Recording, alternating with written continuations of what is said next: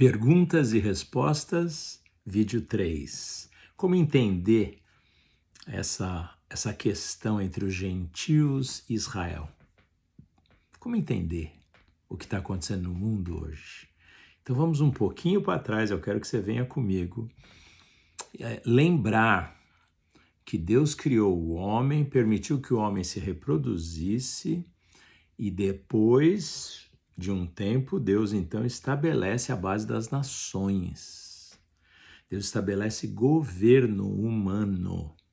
Governo humano é estabelecido através da capacidade de julgamento e, claro, do poder militar, do poder econômico, da unidade do povo, né? Diz que nação tem que ter povo, tem que ter uma constituição, uma base, né, de vivência juntos e tem que ter terra. E as nações, através do evento da Torre de Babel, rejeitaram a Deus. Tentaram construir um reino de anticristo com Nimrod, através de Babilônia e Nínive. E Deus, então, julgou e espalhou as nações e confundiu os idiomas. Se falava só uma língua antes disso e se morava num só continente. Deus espalhou, Deus fez uma mudança geográfica na terra e uma mudança no coração dos homens para que eles não se entendessem, para pararem de construir essa estrutura política religiosa que era contra Deus. E depois disso, isso tudo acontece até o final de Gênesis capítulo 11. A partir de Gênesis capítulo 12 até o final do Velho Testamento, Deus trabalha com um só povo. Ele levanta um homem, Abrão, estabelece uma aliança com esse homem e o torna em Abraão, pai de multidões, em vez de pai elevado. Eles já são velhos e eles com uma idade bem avançada, quase 100 anos ou 100 anos, têm o filho Isaac, para que, através desse homem, por uma forma maravilhosa, Deus edificasse uma família, da família formasse um povo, deste povo que se reproduziu tremendamente no Egito e se tornou escravo no Egito, Deus livrasse esse povo do Egito e levasse à terra da promessa, que hoje é uma questão chave, né, no conflito das nações. Deus cria Israel, mas ele sabe que as nações vão se voltar contra Israel. Porque uma coisa é o plano de Deus, outra coisa é o plano do diabo na terra. Deus planta Israel nessa terra da promessa, uma terra que foi prometida para Israel por Deus. É um compromisso divino. Mas Deus deixa bem claro desde o início, vocês têm que se submeter a mim. Se vocês não se submetem, vocês vão sair da terra. Então já estava previsto, porque Deus já conhecia, né, a história, a rebelião do povo contra Deus, a adoção de ídolos e o juízo de Deus tirando-os da terra, o que se chama diáspora.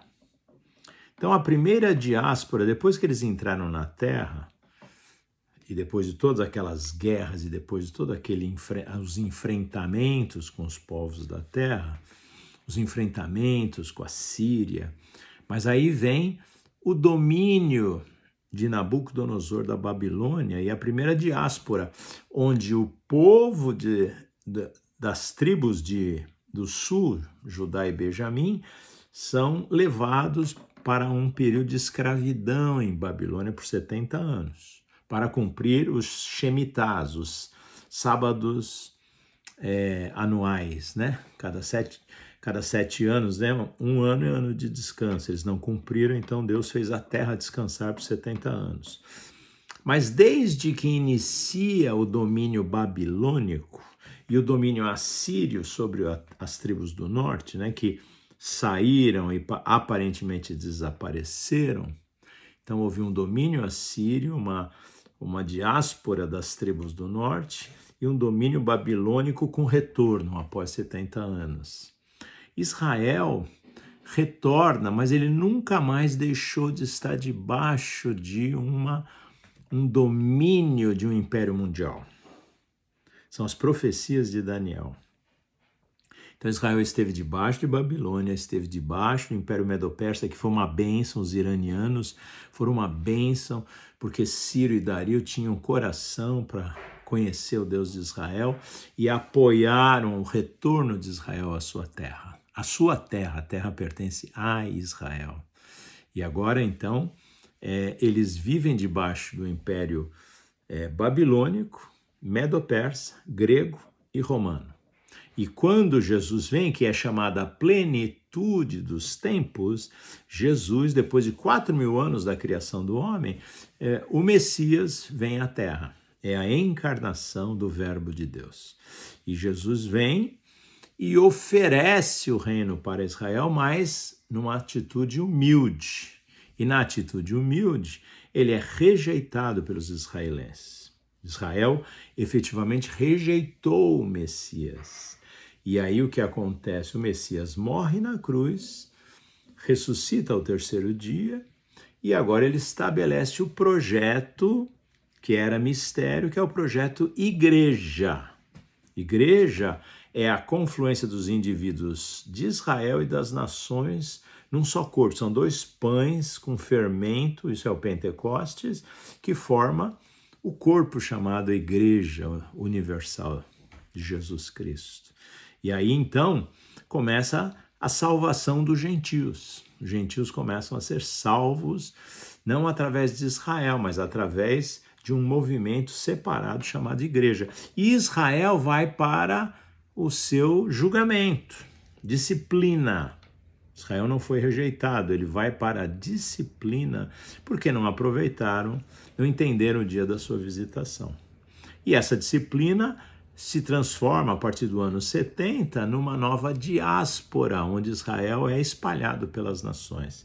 E só retorna em 1948. Então, o movimento sionista é um movimento de retorno ao projeto original de Deus, de Israel ser uma nação na Terra, desde 1948. Amém? Até aqui? Agora, nós vamos ver como é que fica isso. A igreja, que se torna muito mais gentílica, gentios das nações, israelenses ou judeus de Israel. Uma igreja que é para compor os dois, mas se vê que os israelenses, em geral, rejeitaram a mensagem do Evangelho e rejeitaram a pessoa do Messias, Jesus Cristo, Yeshua HaMashiach. E agora, então, nós vamos para Romanos 11 e vamos ler Romanos 11 para ver captar essa revelação, entender essa relação entre gentios e israelenses, Israel e as nações. Verso 1 de Romanos 11. Pergunto, pois, terá Deus porventura rejeitado o seu povo? Será que acabou? Acabou a promessa para Israel? Israel agora é maldito para sempre? A resposta de Paulo, de modo nenhum, porque eu também sou israelita da descendência de Abraão, da tribo de Benjamim. Deus não rejeitou o seu povo, a quem de antemão conheceu. Ou não sabeis o que a Escritura refere a respeito de Elias? Lembra quando Elias estava fugindo e foi parar no Monte Horebe, fugindo por causa de uma palavra de Jezabel?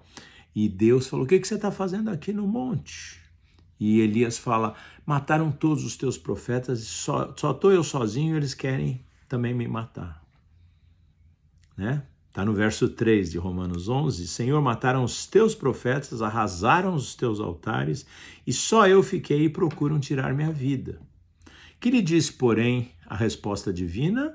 Reservei para mim 7.000 homens que não dobraram os joelhos diante de Baal. Esse é o remanescente fiel. Então, a expressão remanescente é para Israel. Israel tem sempre um remanescente. E é confirmado aqui no verso 5. Assim, pois, também agora no tempo de hoje sobrevive um remanescente segundo a eleição da graça. Então, em todos os tempos, Deus sempre teve um grupo chamado dos 7.000 joelhos que não se dobraram diante de Baal, que são os remanescentes pela graça. Aleluia! Isso é o resto, o que aconteceu? A partir do verso 8, Deus lhes deu espírito de entorpecimento. Uau! Olhos para não ver e ouvidos para não ouvir, até o dia de hoje. É por isso que o israelense não entende que Jesus é o Senhor. E aí vem o confronto, certo? Nós, como igreja, amamos a Israel, amamos os israelenses, né? Visitamos a chamada Terra Santa, né? A Jerusalém e a terra onde Israel hoje é como nação. Mas a promessa de Deus pela rejeição ao Messias é o seguinte: torne-se-lhes a mesa em laço e armadilha, em tropeço e punição, escureçam-lhes os olhos, para que não vejam e fiquem para sempre encurvadas as suas costas. Pergunto, pois, agora Paulo vai explicar. Porventura tropeçaram para que caíssem? Será que é isso? Deus julgou e amaldiçoou e acabou? E a palavra diz: de modo nenhum. Mas pela sua transgressão, olha, Deus transforma maldição em bênção. Pela sua transgressão veio a salvação aos gentios, para colocá-los em ciúmes. Então Deus transforma a maldição em bênção, porque o povo é bendito.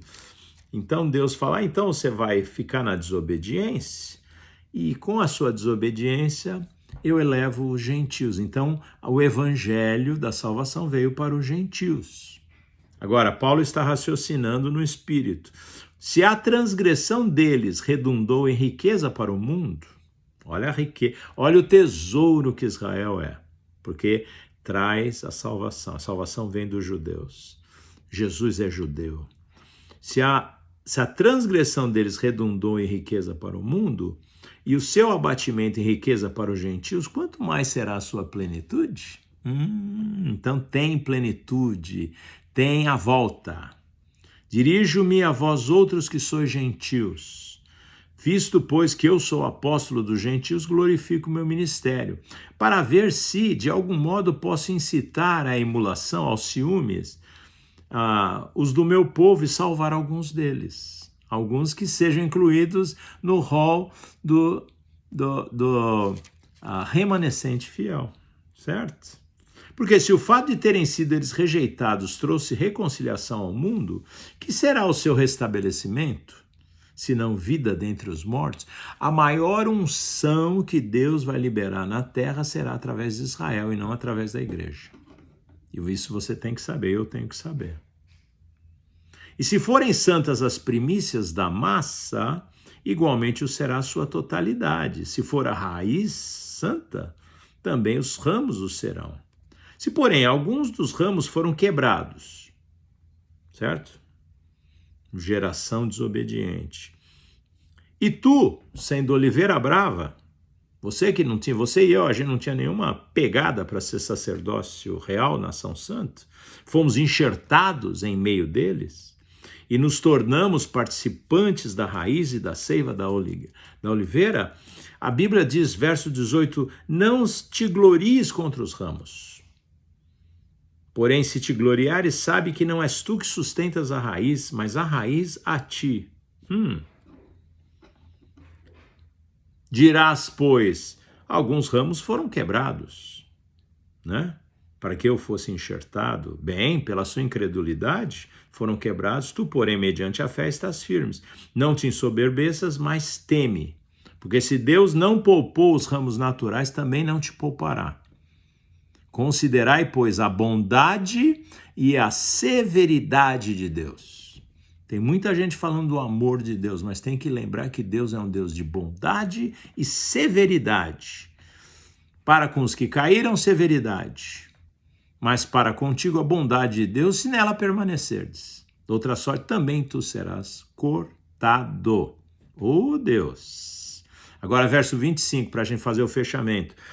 Porque não quero, irmãos, que ignoreis esse mistério, para que não sejais presumidos em vós mesmos, que veio o endurecimento em parte a Israel, até que haja entrado a plenitude dos gentios. Então, o que nós estamos aguardando é a entrada completa de todos para o corpo de Cristo, que é a igreja, e o arrebatamento. Aí é a plenitude dos gentios. Completar o corpo. E a partir daí, Deus retoma o processo de restauração de Israel. Na sequência, ele dizia assim: todo Israel será salvo, como está escrito, virá de Sião o libertador e ele apartará de Jacó as impiedades. E no verso 29, porque os dons e a vocação de Deus são irrevogáveis. Então, você que veio dos gentios e hoje é povo de Deus, pela igreja, ama Israel. Ora por Israel, abençoa, porque eles são os ramos naturais. E Deus ainda vai restaurá-los. Eles podem estar fazendo muita coisa errada, mas eles são o povo amado e escolhido de Deus, como nós, que recebemos a primazia, a prioridade na frente deles, como igreja do Senhor Jesus. Amém? Espero que isso tenha explicado. É profundo, mas é para você. Que o Senhor te abençoe com sabedoria, graça e entendimento, em nome de Jesus.